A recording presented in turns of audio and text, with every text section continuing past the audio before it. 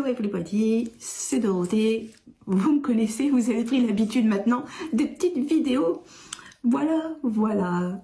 Donc celle-ci, le thème est un ami d'aujourd'hui, est-ce que ça peut être un ennemi de demain?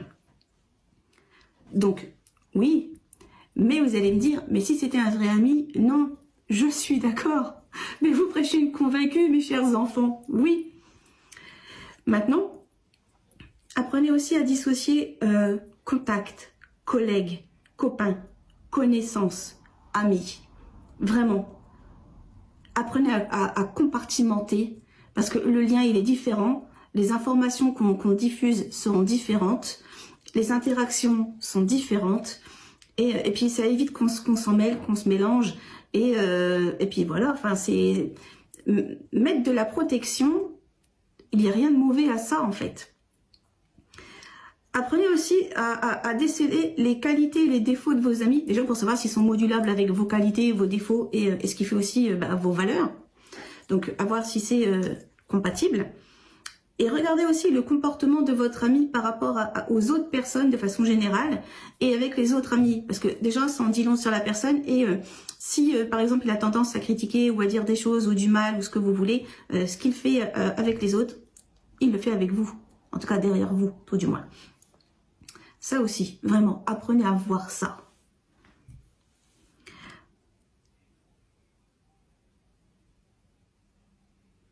Apprenez aussi à... comment je pourrais dire ça?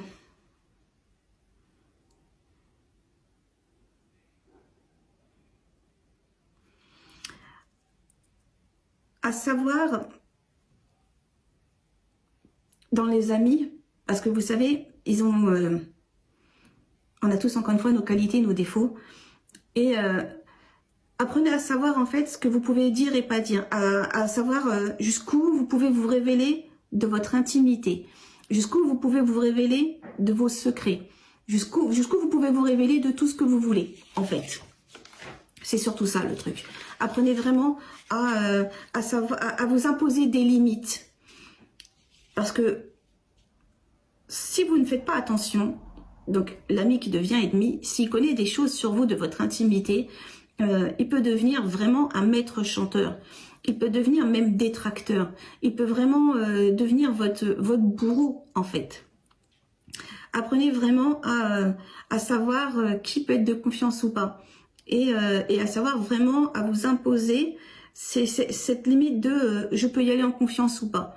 Et par contre, oui, il y a des gens où vous pouvez vraiment mettre votre vie entre leurs mains. Ça sera les premiers à se sacrifier pour vous. C'est pour ça, il y en a, et heureusement. Un vrai ami, il aura ce côté où, vous savez, il aura envie de vous soutenir dans les moments les plus bas. En fait, il pleurera avec vous quand vous irez mal. Il rigolera avec vous quand vous irez bien. Il sera là à tomber avec vous s'il faut tomber. Il sera là à vous engueuler si vous faites de la merde. Il sera là à vous applaudir quand vous allez réussir quelque chose. On n'est pas obligé d'appeler tous les jours son ami ou qu'il soit tous les jours présent dans sa vie. C'est on peut avoir des vrais amis et on se voit tous les 4 matins, là, tous les 6 mois, et c'est très bien. Apprenez aussi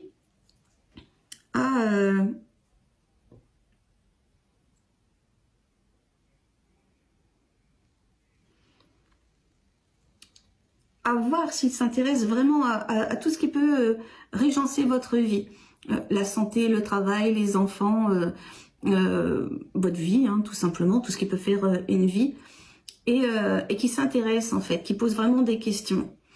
Parce que s'il vous dit, oui, est-ce que toi tu vas bien? Et tu vas dire, bah oui, puis après lui il va te parler de sa vie, ou elle, je dis lui ou elle, oui mais moi c'est ça, mon conjoint c'est ça, financièrement je suis raide, oui là non, je suis un peu malade. En fait, elle a toujours une vie de merde, elle a toujours des trucs, il arrive toujours des malheurs, il y a toujours un truc, mais comme elle part du principe à t'a posé la question si toi ça va, du coup elle se permet d'embrayer juste sur du elle et du elle et du elle, ou du lui et du lui et du lui, vous avez compris. Et mais du coup, c'était pour le principe, parce qu'automatiquement quand on te pose la question, il y a une forme de politesse. mais c'est pour cacher le monologue, parce qu'automatiquement, toi, tu ne fais que de l'écouter. Et dans le dialogue, il y a dia, et dia, c'est duo. Donc, normalement, échange, inter-échange, interaction. Mais ça lui évite, elle, d'entendre son monologue. Elle dit, j'ai un interlocuteur, il m'entend, il m'écoute, de temps en temps tu fais, ouais, c'est bien, ouais, oh, passionnant, bah oui, ah oui, génial. Mais c'est pas ça être l'ami, en fait. Et tu comprends à ce moment-là que tu ne lui sers que pour elle. Et c'est tout le temps comme ça. Dans ce cas-là, non, ce n'est pas un ami. L'ami, c'est vraiment celui qui va s'intéresser à toi, celui qui va vraiment te demander, celui qui, même sans que tu dises, va savoir si tu vas bien, si tu vas pas bien, si tu es au top, si tu n'es pas au top. Il va vraiment te soutenir dans tes démarches, que ce soit dans tes études, dans tes projets, dans ce que tu veux, parce qu'il va croire en toi. C'est-à-dire que même si tu sors le truc le plus farfelu du monde, imagine, tu dis, tiens, je vais ouvrir une friterie à Tombouctou.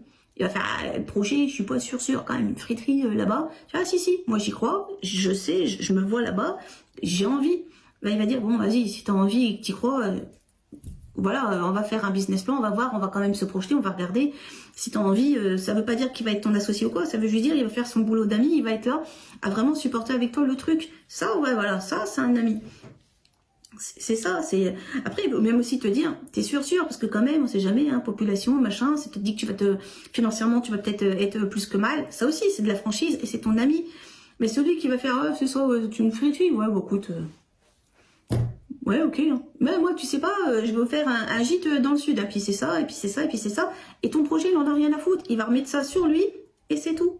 Faites vraiment attention à qui vous accordez votre confiance, à qui vous accordez votre amitié. Un ami, c'est un peu comme une sorte d'amour platonique. C'est même comme un frère ou comme une sœur. C'est une partie de toi, en fait, l'ami. C'est quelque chose qui, quand il n'est pas là ou quand tu n'as pas de nouvelles, il y a un moment, il y a un manque aussi.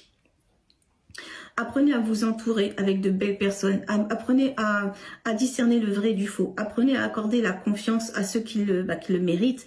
Et surtout à accorder à qui vous pouvez aussi vous révéler sur vous.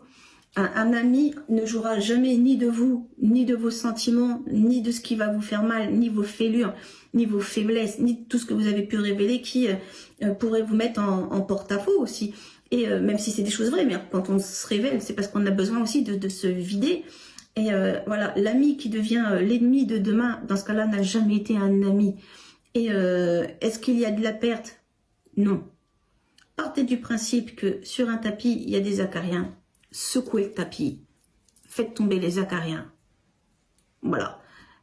Ils ne servaient à rien, ceux-là. On en a toujours besoin des acariens, on en a toujours sur nous, qu'on se comprenne bien. Hein, ce que vous avez fait fuir, il y en aura d'autres qui prendra la place. J'oubliais. Le faux ami, c'est aussi celui qui est là par profit. Il sait que tu peux lui apporter quelque chose, que tu peux lui apporter ton réseau, ton aide, ton argent, de ta personne, de ton investissement. Hein. Tu vas peut-être l'aider toi dans ses démarches ou dans ce qu'il est. Tu peux peut-être avoir des idées, pourquoi pas lui trouver même le nom de son entreprise. Tu vas même investir financièrement sur la personne. Tu peux, enfin, il y a plein de choses en fait. Un faux ami, il a décelé chez toi des choses que tu pouvais lui apporter.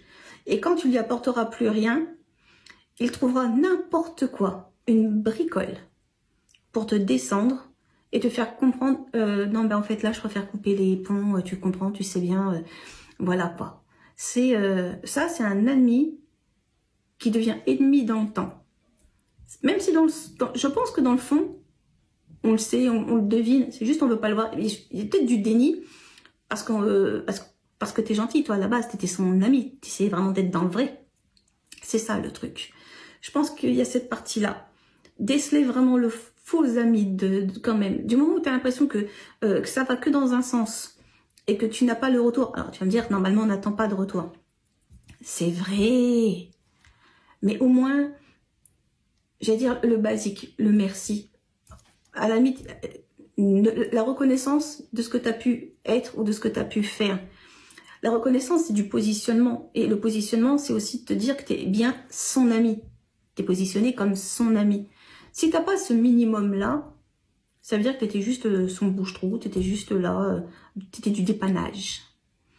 Et ça, c'est dégueulasse. Ouvrez les yeux, open your eyes. Et vraiment, nettoyez tout ça. On secoue le tapis, comme j'ai dit juste avant. Place nette, place propre.